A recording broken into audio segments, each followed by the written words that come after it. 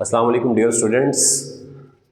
हमारा 9th class chemistry का chapter number 1 जो है उसका नाम है states of matter and phase change. States of matter का मतलब है कि मादे की हालतें, यानी कि इस चैप्टर में हम मादे की हालतें और फेज चेंज और मादे के अंदर जो तब्दीलियाँ आती हैं, स्टेट्स के अंदर जो तब्दीलियाँ आती हैं उसको हम इस चैप्टर के अंदर डिस्कस करेंगे। तो हमारा 1.1 जो हमारा फर्स्ट लेक्चर है आज का, इस लेक्चर के अंदर हम पढ़ेंगे कि व्हाट इज़ केमिस्ट्री, केमिस्ट्री क्या होती है। जैसे कि हम सबको मालूम है कि केमिस्ट्री जो है वो साइंस की एक ब्रांच है। केमिस्ट्री साइंस की एक ब्रांच होती है, जैसे फिजिक्स साइंस की एक ब्रांच है, बायोलॉजी साइंस की एक ब्रांच है, तो इसी तरीके से केमिस्ट्री भी साइंस की एक ब्रांच है। इसके अंदर जो है हम एक हमारे पास जो मैटर होता है, जो मादा होता है, उसमें हमने ये पढ़ना होता है कि उस मादे की प्रॉपर्टीज़ क्या हैं, जिसको आप उर्दू में कहते हैं खसूसियात। कोई भी आप मैटर या मादा ले लेंगे, आप उसकी प्रॉपर्टीज़ देखेंगे। जब आप उस मादे की प्रॉपर्टीज़ देख रहे होंगे, उसकी कंपोजिशन देख रहे होंगे। कंपोजिशन कहते हैं तरकीब को। जैसे मिसाल के तौर पे आपके पास वाटर का फार्मूला होता है H2O। H2O के अंदर हमें उसकी कंपोजिशन पता लग जाती है कि वाटर के फार्मूले में हाइड्रोजन और ऑक्सीजन के ऊपर मुश्तमिल है। इसका मतलब है इसकी जो कंपोजिशन है वो हाइड्रोजन और ऑक्सीजन के ऊपर मुश्तमिल है। इसी तरीके से हमने जो सब्सटेंस है, यानी कि उसकी प्रॉपर्टीज़ के बारे में पढ़ना है, उसकी तरकीब के बारे में पढ़ना है और उसकी स्ट्रक्चर के बारे में पढ़ना है, साख्त के बारे में पढ़ना है कि ये जो हमारे पास मॉलिक्यूल है या एटम है, इसके दरमियान में एंगल कौन सा बन रहा है, इसकी साख्त किस तरह की है। तो ये जो स्टडी होती है जिसमें हम किसी भी मादे की प्रॉपर्टीज़, उसकी कंपोजिशन, उसकी स्ट्रक्चर को यानी कि एक्सप्लेन करते हैं, तो इसको हम केमिस्ट्री का नाम देते हैं।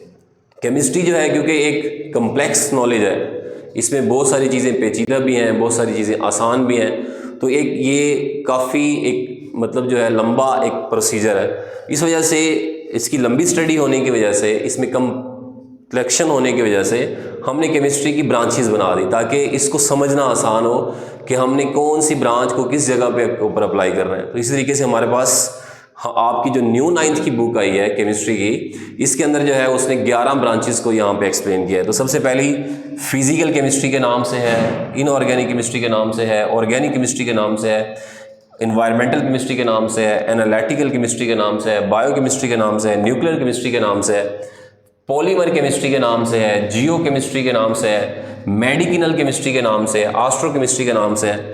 तो इस तरह की 11 ब्रांचेस जो हैं उनको हम डिस्कस करेंगे।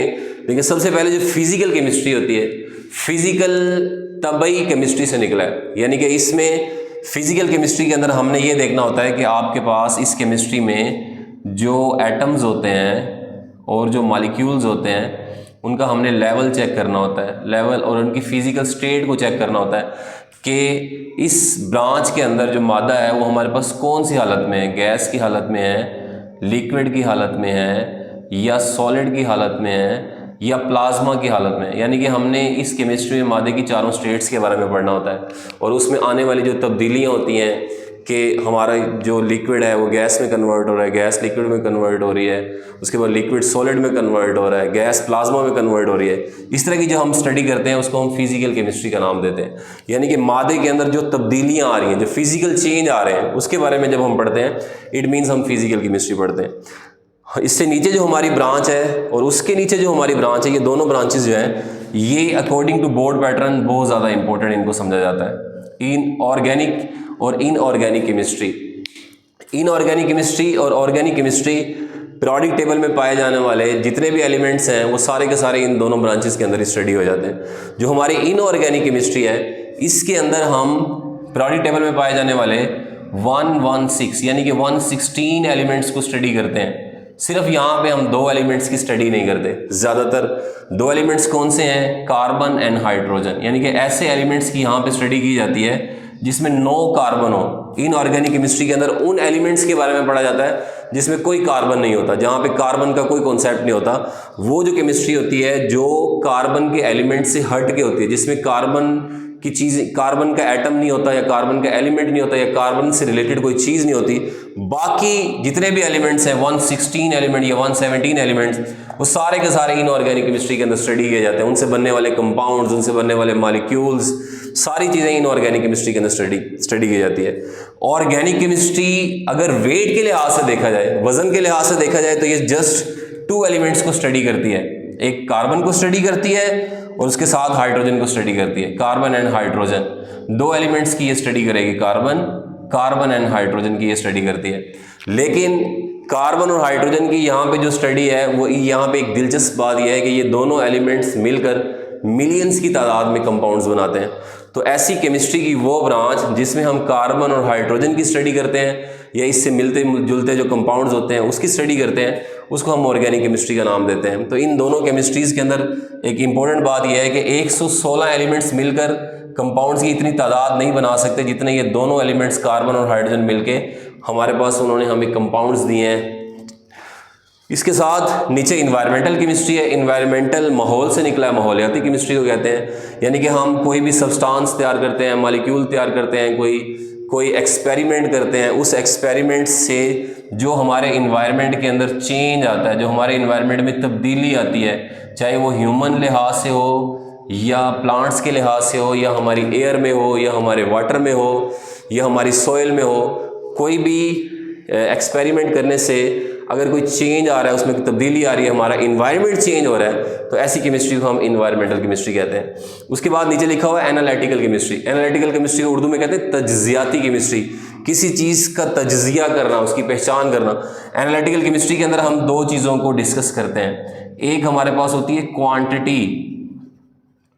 क्वांटिटी मीन मिकदार, और एक हमारे पास होती है क्वालिटी, जो हमारे पास कंपाउंड बना है उसकी क्वांटिटी क्या है, उसमें जो एलिमेंट्स मौजूद हैं उनकी क्वांटिटी कितनी है और उनकी क्वालिटी कैसी है। तो इसमें हम तज्जिया करते हैं कि जो कंपाउंड हम बना चुके हैं उसकी क्वांटिटी और क्वालिटी क्या है। उसकी क्वांटिटी और क्वालिटी के बारे में जब हम डिस्कस करेंगे it is called analytical chemistry. Biochemistry जो है ये ज़्यादातर लिविंग ऑर्गेनिजम्स के बारे में, जो जिंदा जानदार होते हैं उनके अंदर जो चीज़ें पाई जाती हैं। जैसे हमारी बॉडी में लीवर होता है जिसको हम जिगर कहते हैं, हार्ट होता है जिसको हम दिल कहते हैं, किडनी होती है। तो ये वाली जो केमिस्ट्री है ये जानदार अजसाम के अंदर पाए जाने वाली जो चीज़ें होती हैं उनकी स्टडी करती है, उनके फंक्शन के बारे में पढ़ती है, इनका फंक्शन क्या है, इनका काम क्या है। उसके बाद हमारे पास न्यूक्लियर केमिस्ट्री है। न्यूक्लियर केमिस्ट्री जो है ये न्यूक्लियस से निकला है। न्यूक्लियस, एटम के सेंटर में न्यूक्लियस होता है और उसके अंदर एनर्जी होती है। उसकी एनर्जी को, एटम की एनर्जी को जब हम डिफरेंट किस्म के प्रोसेसेस के लिए इस्तेमाल करते हैं, जैसे आजकल न्यूक्लियर केमिस्ट्री जो है वो बीमारियों के इलाज के लिए भी इस्तेमाल हो रही है, या न्यूक्लियर पावर आपने सुना होगा कि इसके ज़रिए से हम बिजली भी बना सकते हैं या बॉम्ब्स वगैरह भी इसके ज़रिए से बनाए जाते हैं। तो ये वाली जो केमिस्ट्री होती है न्यूक्लियर केमिस्ट्री, इसमें हम एटम से एनर्जी लेने के बाद उसको फिर यूटिलाइज करते हैं। देखिए नेक्स्ट हमारे पास है polymer chemistry. Polymer chemistry, word polymer जो है ये पॉलीमराइजेशन से निकला है। पॉलीमराइजेशन एक ऐसा प्रोसेस होता है जिसमें छोटे छोटे मॉलिक्यूल मिलकर एक मैक्रो मॉलिक्यूल बनाते हैं। जैसे हम मिसाल ले लें, हम छोटी छोटी ईंटें मिलाकर एक दीवार बना देते हैं। तो पॉलीमर केमिस्ट्री के अंदर हम ज़्यादातर मैक्रो मॉलिक्यूल्स को स्टडी करते हैं। मैक्रो मॉलिक्यूल्स वो मॉलिक्यूल्स होते हैं जिनमें एटम्स की तादाद अनकाउंटेबल होती है। जैसे आपके पास प्रोटीन आ जाता है, जैसे आपके पास लिपिड्स आ जाता है, इस तरह की जब चीज़ें, जैसे आपके पास कार्बोहाइड्रेट्स आ जाता है, ये वाली जो हमारी स्टडी होगी इसको हम पॉलीमर केमिस्ट्री का नाम देंगे। जियो केमिस्ट्री जो है सिंपल में हम जियो को अर्थ काउंट करते हैं, ज़मीन। यानी कि जियो केमिस्ट्री हमारी अर्थ के ऊपर होने वाली तब्दीलियाँ, हमारी ज़मीन के ऊपर होने वाली तब्दीलियों को यहाँ पर स्टडी किया जाता है, या हमारी ज़मीन के ऊपर जो भी प्रोसेसेस हो रहे हैं केमिस्ट्री के लिहाज से उनको यहाँ पर स्टडी किया जाता है। सेकंड लास्ट हमारे पास है मेडिकल केमिस्ट्री। मेडिकल केमिस्ट्री के अंदर जो है हम यहाँ पे केमिस्ट्री दानों की मदद से मेडिसिन्स तैयार करते हैं। आजकल मुख्तलिफ़ किस्म की बीमारियों से इंसानों को बचाने के लिए जो है वो मेडिसिन्स तैयार की जाती हैं। तो इस केमिस्ट्री के अंदर जो है वो हम मेडिकल केमिस्ट्री के अंदर हम मेडिसिन को प्रिपेयर करते हैं। मेडिसिन कैसे तैयार होती है, उसका प्रोसीजर है, इसके बारे में पढ़ते हैं। एस्ट्रो केमिस्ट्री जो है ये स्पेस केमिस्ट्री होती है हमारी। स्पेस केमिस्ट्री का मतलब है कि हमारी स्पेस के अंदर जो हमारे स्टार्स हैं, जो हमारे प्लैनेट्स हैं, उनके बारे में जब हम पढ़ते हैं, ठीक है, और जब इसकी स्टडी हम करेंगे तो इस तरह की जो स्टडी होगी उसको हम एस्ट्रो केमिस्ट्री का नाम देंगे। तो बच्चों आज का जो हमारा लेक्चर था वो केमिस्ट्री के ऊपर था। व्हाट इज़ केमिस्ट्री, केमिस्ट्री क्या है, इसकी ब्रांचेस क्या हैं, आज हमने इसके बारे में पढ़ा है। इंशाल्लाह उम्मीद है आपको समझ आई होगी। अगर आपको समझ आ रही है तो आप वीडियोस देखते रहें, वीडियो को लाइक भी करते रहें। अगर आपको हमारी वीडियोस पसंद आ रही हैं तो हमारे चैनल को भी सब्सक्राइब करें। Thank you so much.